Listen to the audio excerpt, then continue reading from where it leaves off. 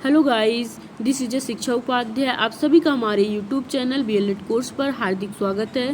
Guys, आज के session में हम डिस्कस करने वाले हैं measurement of length, mass and time, यानी कि लंबाई, द्रव्यमान और समय का मापन, इन सब के बारे में। तो गाइस, आपका जो बीएलएड फर्स्ट ईयर का जो लास्ट पेपर है मैथ्स एंड नेचुरल साइंस, उसके लास्ट यूनिट में ये फर्स्ट टॉपिक है measurement of length, mass and time. तो गाइस, इससे रिलेटेड जो भी क्वेश्चंस बन सकते थे मैंने यहाँ कवर किया है। आप ये अच्छे से पढ़ाई कर सकते हैं, आपके ये एग्ज़ाम के लिए, एग्ज़ाम के पॉइंट ऑफ व्यू से बहुत ही ज़्यादा इंपॉर्टेंट है। तो चलिए गाइस, बिना किसी देरी के स्टार्ट करते हैं। तो गाइस, फर्स्ट क्वेश्चन है, किसी भी अवलोकन को परिमाणात्मक रूप में व्यक्त करना क्या कहलाता है। तो गाइस, किसी भी अवलोकन को परिमाणात्मक रूप में व्यक्त करना क्या कहलाता है? यह कहलाता है मापन।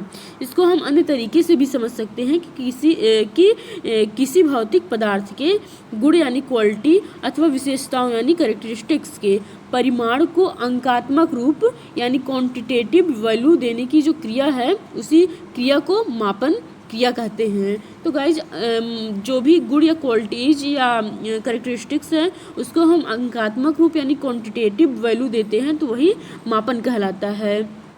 फिर गाइस, नेक्स्ट क्वेश्चन है, भौतिकी के नियमों को जिस पदों के रूप में व्यक्त किया जाता है उसे क्या कहते हैं। तो गाइस, भौतिकी के नियमों को जिस पदों के रूप में व्यक्त किया जाता है उसे क्या कहते हैं? उसे कहते हैं भौतिक राशियाँ, यानी कि फिजिकल क्वांटिटी। फिर गाइस, नेक्स्ट है, भौतिक राशियाँ कितनी प्रकार की होती हैं। तो गाइस, भौतिक राशियाँ दो प्रकार की होती हैं। कौन कौन? सदिश राशि, अदिश राशि। अदिश राशि की इंग्लिश होती है स्केलर क्वांटिटी और सदिश राशि की इंग्लिश होती है वेक्टर क्वांटिटी। गाइस, जो अदिश राशि होती है यानी स्केलर क्वांटिटी में केवल इसको व्यक्त करने के लिए केवल परिमाण की आवश्यकता होती है। किसकी आवश्यकता होती है? केवल परिमाण की आवश्यकता होती है, इसमें दिशा नहीं होती है। इसका अगर हम एग्जाम्पल देखें तो हो जाएगा समय हो जाएगा, दूरी हो जाएगा, चाल हो जाएगा, आयतन हो जाएगा, तापमान हो जाएगा, घनत्व हो जाएगा, विद्युत धारा हो जाएगा। यानी इसको नापने के लिए हमें केवल परिमाण की आवश्यकता होती है, ना कि डिस्टेंस या दूरी की। और गाइस, जिसका जस्ट अपोजिट है सदिश राशि यानी वेक्टर क्वांटिटी। वेक्टर क्वांटिटी में इसको व्यक्त करने के लिए परिमाण के साथ साथ डायरेक्शन यानी दिशा की भी आवश्यकता होती है। जैसे इसका एग्जांपल देख लेते हैं, जैसे बल हो गया, बल का मात्रक F, और फिर बल का मात्रक न्यूटन होता है। न्यूटन को N से डिनोट करते हैं, और बल को फोर्स, इसका इंग्लिश होता है, उसको F से डिनोट करते हैं।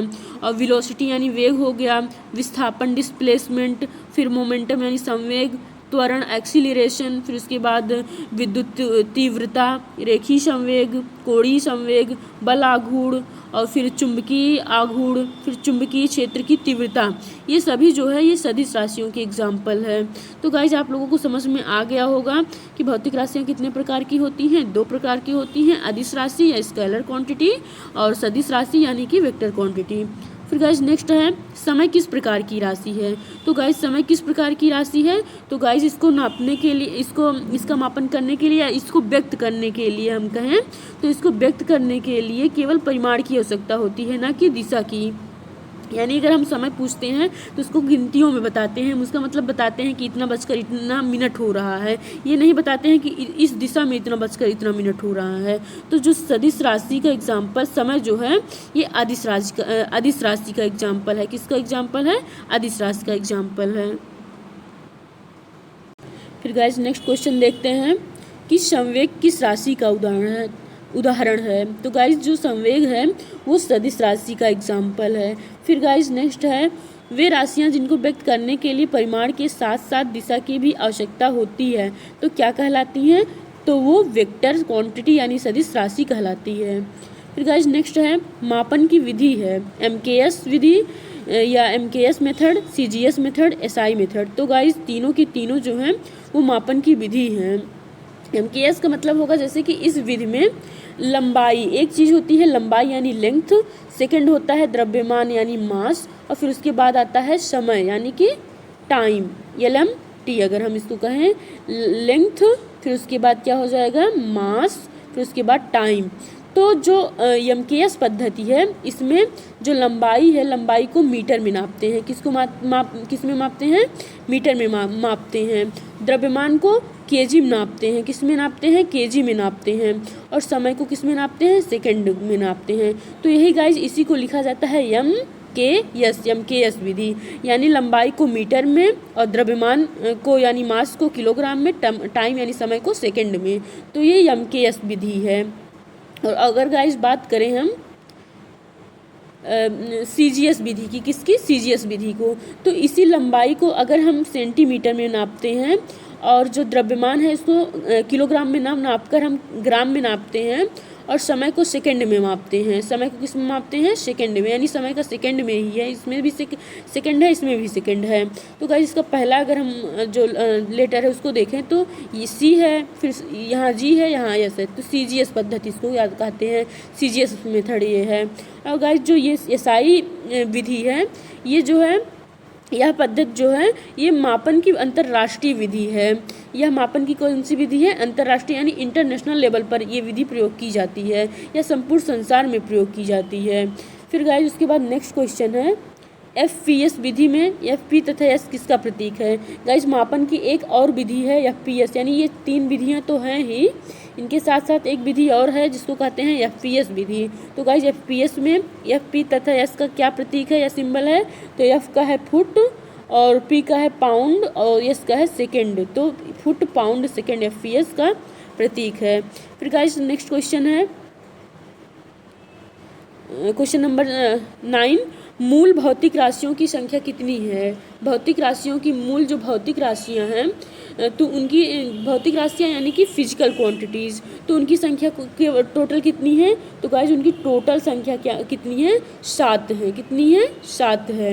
ये हो सकता है आपके एग्जाम में पूछ लिया जाए। अब 7 कौन कौन सी हैं इसमें से भी पूछ सकते हैं कि अगर जैसे नाम दे दिए 7 में से किसी एक का, तो ये कौन सी राशियाँ हैं, तो आप लोग कैसे पहचान पाएंगे अगर उसको पढ़े रहेंगे तो गाइस एक लंबाई, और फिर सेकंड है द्रव्यमान, फिर उसके बाद है समय, फिर उसके बाद है ताप, ये कितना हो गया? 1 2 3 4। फिर उसके बाद है ज्योति तीव्रता। क्या है? ज्योति तीव्रता।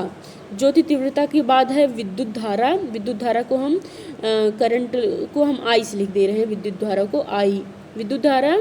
फिर पदार्थ की मात्रा, क्या हो गई लास्ट? पदार्थ की मात्रा, इसको हम मात्रा केवल लिख दे रहे हैं।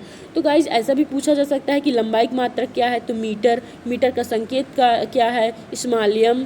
द्रव्यमान का मात्रक क्या है? किलोग्राम, किलोग्राम को केजी से लिखते हैं। समय का मात्रक है सेकंड, सेकंड को एस से लिखते हैं, स्मॉल।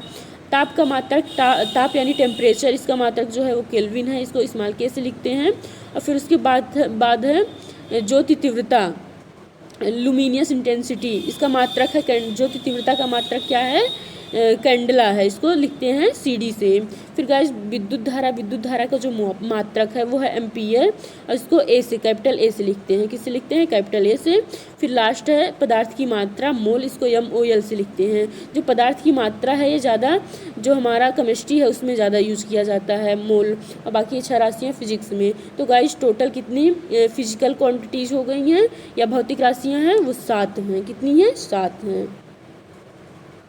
फिर गाइस नेक्स्ट क्वेश्चन है वे भौतिक राशियाँ जो यानी कि वे फिजिकल क्वांटिटी जो मूल भौतिक राशियों की सहायता से प्राप्त की जाती है वो क्या कहलाती है? यानी वे भौतिक राशियाँ जो मूल भौतिक राशियों की सहायता से प्राप्त की जाती हैं तो क्या कहलाती हैं गाइस? वो कहलाती हैं व्युत्पन्न राशियाँ, यानी कि डेराइव्ड क्वांटिटीज़। तो क्या कहलाती हैं? Derived quantity.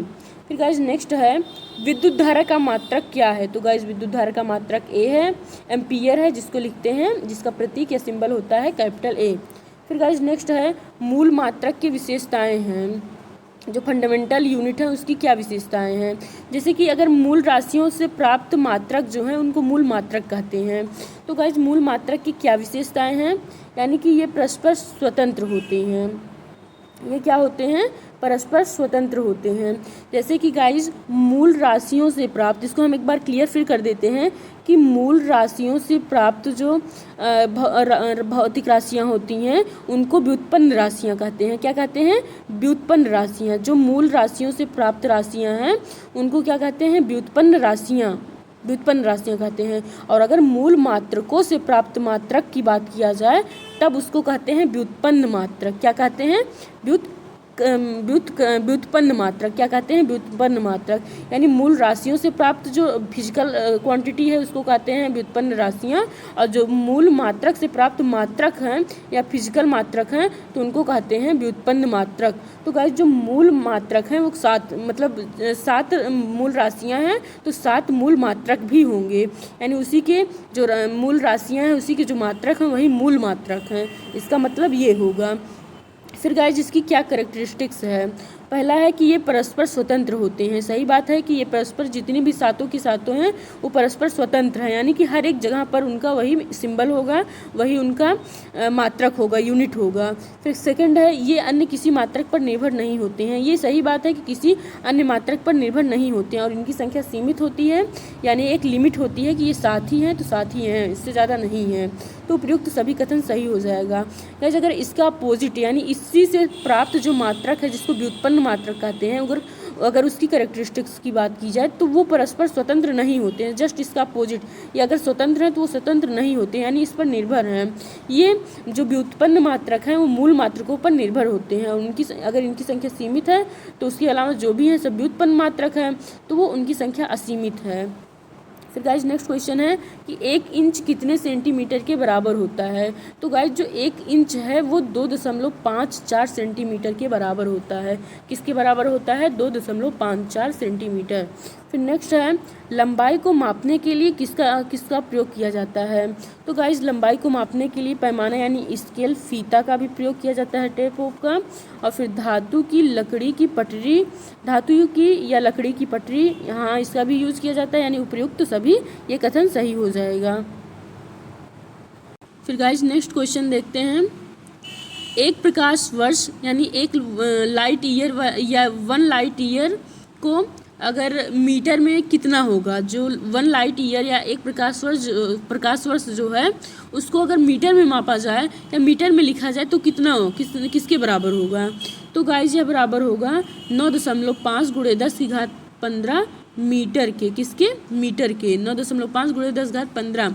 इसका अगर सही नाप लिखें तो ये होता है 9.46 मल्टीप्लिकेशन 10⁻15 यानी 9.46 होता है, लेकिन इसको हम लिख सकते हैं 9.5 भी लिखा जा सकता है। फिर गाइज नेक्स्ट क्वेश्चन है 366 दिन किसके बराबर होता है? तो गाइज जो 366 दिन है ये किसके बराबर होता है? ये अधिवर्ष या लीप वर्ष या जिसको कहते हैं लीप ईयर, इसके बराबर होता है। गाइज जैसे कि हम लीप वर्ष जो होता है, ये जो लीप वर्ष है ये हर 4 वर्ष बाद आने वाला दिन है, मतलब आने वाला साल है। हर 4 वर्ष बाद ये वर्ष आता है। जैसे कि सन है और सन का चारों तरफ चक्कर लगाता है, परिक्रमा करता है। कौन करता है? पृथ्वी हमारी करती है। ये रिवॉल्व करती है सन के चारों तरफ, यानी सन का चक्कर लगाती है। एक चक्कर लगाने में उसको कितना समय लगता है? पूरा 1 साल। 1 साल यानी कि 365 दिन। 365 दिन लगते हैं और इसके साथ साथ 6 घंटे भी लगते हैं। कितना लगते हैं? 6 घंटे लगते हैं। अब गाइस अगर 365 दिन ही केवल अगर इसकी बात की जाती है, साधारण वर्ष होता है, लेकिन जो ये 6 घंटा है ये हर एक 4 वर्ष बाद 1 दिन बन जाता है। कितना बन जाता है? 1 दिन बन जाता है। जैसे कि 6 घंटा इसमें एक्स्ट्रा बचा, फिर 6 घंटा, फिर 6 घंटा, फिर 6 घंटा, फिर 6 के 6, 6 दूनी 12, 6 3 18, 6 6 24, यानी 24 घंटे का हर एक 6 घंटे को अगर जोड़ेंगे 4 बार तो 24 घंटा आएगा। और 24 घंटा जो है 1 दिन के बराबर होता है। तो गाइज वही हर एक 4 वर्ष में यही जो घंटा 6 ईयर शेष बचता है, 6 घंटा शेष बचता है हर एक ईयर में, तो वही जो है वही जोड़ करके हर 4 वर्ष जोड़ करके 366 दिन यानी कि 1 लीप ईयर हो जाता है। गाइज जो ये 6 घंटा होता है यानी कि 1 दिन जो जोड़ा जाता है वो फरवरी मंथ में जोड़ा जाता है, यानी हर एक 4 वर्ष बाद, हर एक 4 वर्ष बाद जो फरवरी होता है, फरवरी का महीना वो 29 दिन का होता होता है। तो गाइज आपको समझ में आ गया होगा कि 366 है, तो ये मीन्स है इसका कि ये लीप ईयर है। वही 6 घंटा हर एक 4 वर्ष बाद जो जुड़कर बनता है एक दिन, तो वही 366 दिन हो जाता है। और 365 दिन 6 घंटे लगते हैं सूर्य को, अरे पृथ्वी यानी हमारे अर्थ को सन के राउंड यानी चक्कर लगाने में। तो 365 दिन साधारण वर्ष, 366 जो दिन है वो लीप ईयर्स या अधिवर्ष कहते हैं। अगर बात करें 354 सही 1/4 दिन की, तो गाइस जो 354 सही 1/4 दिन है इसको जूलियन वर्ष कहते हैं। कौन सा वर्ष कहते हैं? जूलियन वर्ष। कौन सा वर्ष? जूलियन वर्ष। किसको? 354 सही 1/4 दिन को कहते हैं जूलियन वर्ष। और गाइज आपको ये भी बता दें, आपको ये पता ही होगा कि 60 सेकेंड बराबर होता है एक मिनट। अगर 60 मिनट कर दें तो ये बराबर होता है 1 घंटे के। तो गाइज ये सब जो छोटी छोटी चीज़ हैं हो सकता है आपके एग्ज़ाम में आ जाए, तो एक बार आप रिवीजन कर लीजिएगा। तो चलिए गाइज मिलते हैं नेक्स्ट वीडियो के साथ। और अगर आपको हमारे जो आज की इन्फॉर्मेशन है या आज की जो हमने डिस्कस किया आप लोगों के साथ जो कंटेंट, वो अगर पसंद आई हो तो लाइक कर दीजिए और अपने फ्रेंड सर्किल में शेयर कर दीजिए ताकि वो लोग भी अच्छे से पढ़ाई अपनी कंटिन्यू कर सकें। तो गाइज मिलते हैं नेक्स्ट वीडियो के साथ। Thank you guys, thanks for watching.